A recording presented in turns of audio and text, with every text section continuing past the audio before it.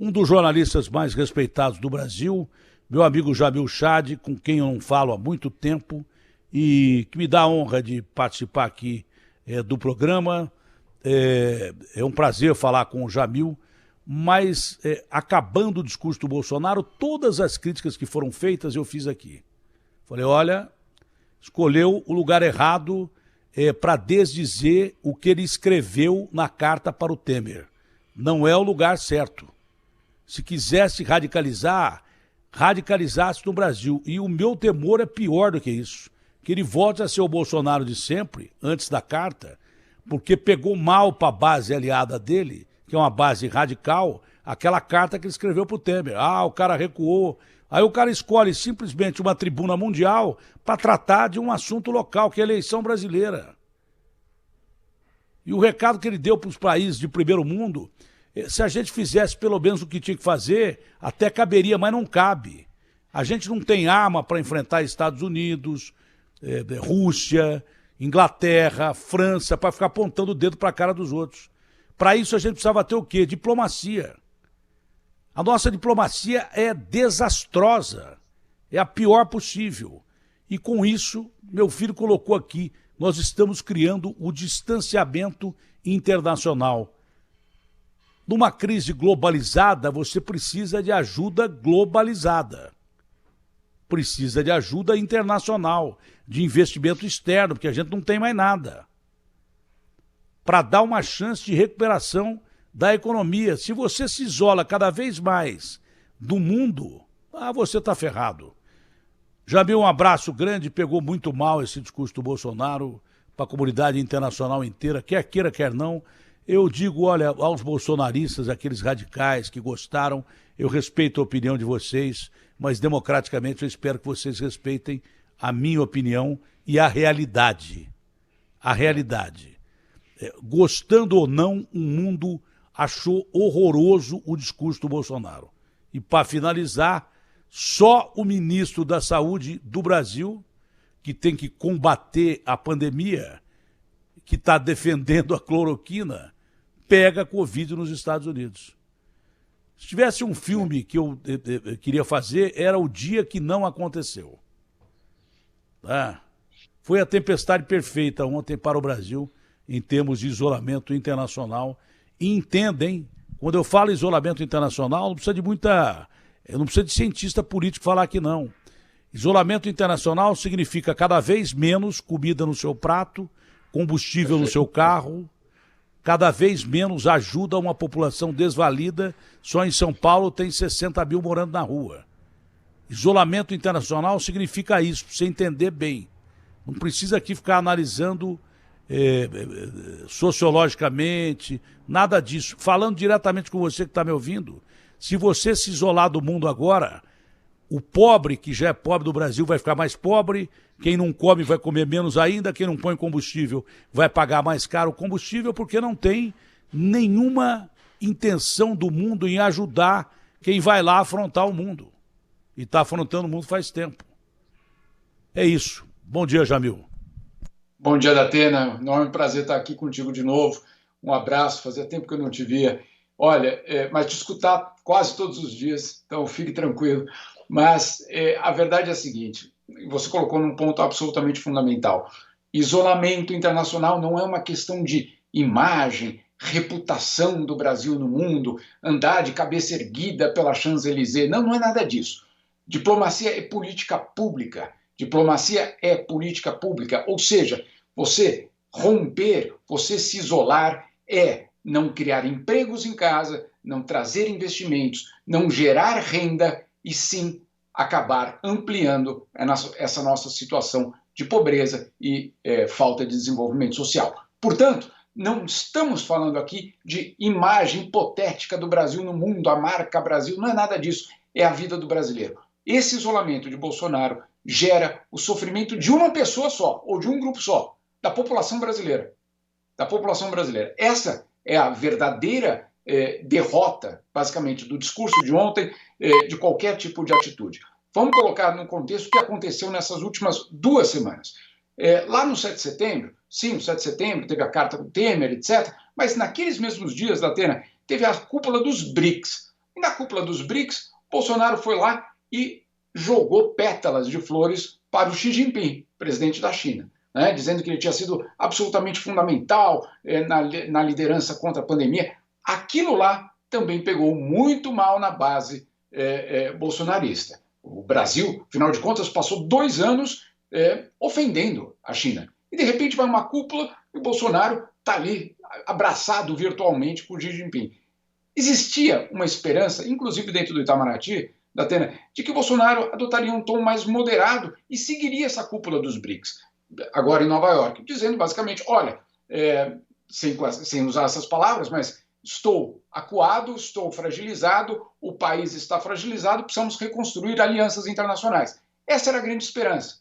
E o que ele faz é exatamente o contrário. Qual foi a reação internacional? E aí não é a minha opinião, é muito importante, Datena, não sou eu aqui falando o que o Jamil Chad achou. Eu também posso achar muita coisa disso, mas eu não estou aqui para falar disso, estou aqui para falar como foi a reação internacional. E 2 palavras eu ouvi muito: indignação e chacota. Essas 2 palavras foram muito repetidas por muitas delegações estrangeiras. Vou tentar explicar as 2. Indignação por ele usar o principal púlpito da diplomacia internacional para promover um remédio que não funciona. E não só que eu acho que não funciona, ou que você acha que não funciona, que a própria OMS passou meses estudando e concluiu que não funcionava. Por que essa indignação? Porque nas redes sociais, a gente sabe hoje que quando você faz uma desinformação, um pedaço de fake news, Datena, o que faz essa rede social? Ela bloqueia, ou ela manda aquele recado, né? Isso aqui pode conter desinformação, etc, etc. Na tribuna da ONU você não pode ir lá e retirar o presidente de um país que abre a Assembleia Geral daquela situação. O que ele fez foi disseminar desinformação num patamar global ontem. Foi isso que ele fez, em primeiro lugar, e essa parte da indignação dessas entidades. Por que essa indignação? Porque não existia, ao contrário do que alguns podem pensar, uma torcida para que a cloroquina não funcionasse. Ninguém torce contra um remédio. Não existe isso. Né? Pelo menos entre os cientistas, a grande torcida era para que funcionasse. Mas não funcionou. A Anvisa não reconhece a cloroquina. A Anvisa Exato. não reconhece a cloroquina. Não funcionou. E você chegar lá e, como você disse, por isso também a indignação, apontar o dedo na cara e falar: a história vai te julgar, que basicamente foi isso que ele disse, a história vai te julgar porque você não deixou dar um remédio que não funciona, pegou todo mundo de surpresa. Como assim? Do que é que ele está falando aqui num palco internacional, justamente de algo que a ciência já disse que não funciona? Esse é o primeiro ponto. Segundo ponto é chacota. Chacota por quê? Porque a lista de mentiras falada naquele evento, naqueles 12 minutos, não adianta a gente achar, Datena, que o mundo não tem acesso à informação. Vou te dar um exemplo. Falou que o Brasil era um dos que mais crescia entre os emergentes, né? E que a economia estava robusta, basicamente, indo nessa direção. Há uma semana, a mesma ONU, não estamos falando nem de outra instituição, divulgou um relatório apontando que em 2022 o Brasil vai ser a economia que crescerá a taxa mais baixa entre todas as grandes economias do mundo. Ou seja, está enganando a quem? Ou em quem ele acha que está enganando quando ele vai na tua casa e diz algo que você já disse que não é verdade. Então, tudo isso deixou um mal-estar muito grande. O Brasil sai menor de Nova York essa vez. O Brasil sai reduzido em termos de tamanho. O Brasil sai pária, ele já era pária, e ele sai agora também ridicularizado. A imprensa americana fez uma brincadeira, eu não sei se você reparou, após cada um dos palestrantes, vinha uma senhora e limpava o púlpito, né? Normal, e isso é para todos. Só que no caso da imprensa americana, o que ela fez, ela usou aquela imagem depois do Bolsonaro para dizer melhor limpar bem, porque o próximo é o Biden. Né? Então, até isso a gente saiu reduzido, pequeno e ridicularizado. Não, foi quase uma guerra biológica, porque o Queiroga, que está com Covid, falou com o Boris Johnson, que falou com o Biden. Então foi quase que uma guerra biológica. Só faltava o ministro da Saúde, depois daquele discurso, dizer que está com Covid. E mais, não prejudica a imagem Brasil, mas aumenta o risco Brasil. O risco Brasil, se você não sabe, é o risco que o investidor vê em cada país. Tem o risco Estados Unidos, o risco China, o risco Brasil, o risco de cada país.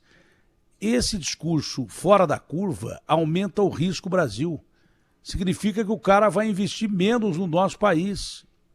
O cara que ainda tinha confiança no Brasil vai investir menos no nosso país, porque existe chance do Bolsonaro ser reeleito. Não tenha dúvida. E a minha preocupação não é só essa. A minha preocupação é que depois desse discurso radical, ele radicalize de novo aqui dentro do Brasil. E aí eu não sei como é que vai ficar a governabilidade, como é que vão ficar as instituições e como é que vão ser garantidas as eleições. Se ele se atreveu a fazer isso no púlpito internacional da ONU, imagina o que ele vai fazer aqui na casa dele. Primeiro eu quero ver alguém prender o Bolsonaro 14 dias dentro de casa numa quarentena aqui. Essa eu quero ver.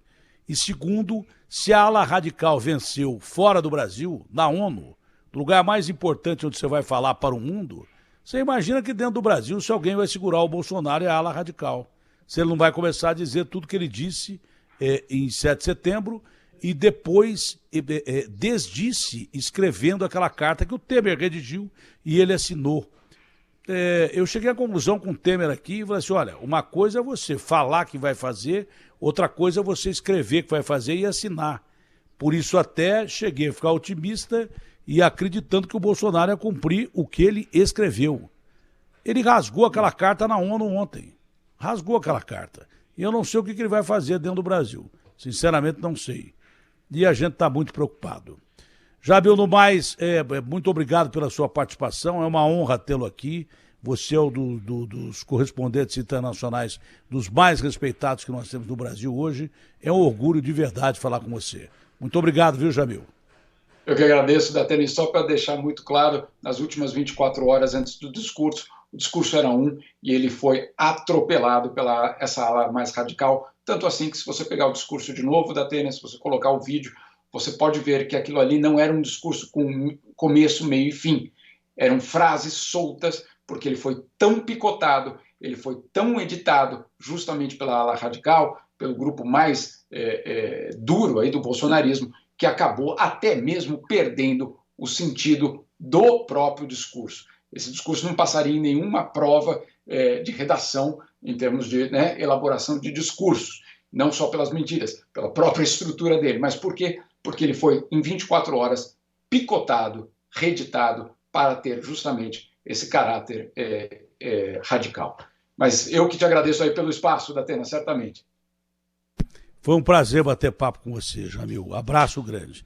Eu também leio as suas matérias todo dia, não deixo de ler nenhuma matéria sua e me norteio da situação internacional do Brasil aí fora pelas suas reportagens. Abraço grande, fica com Deus.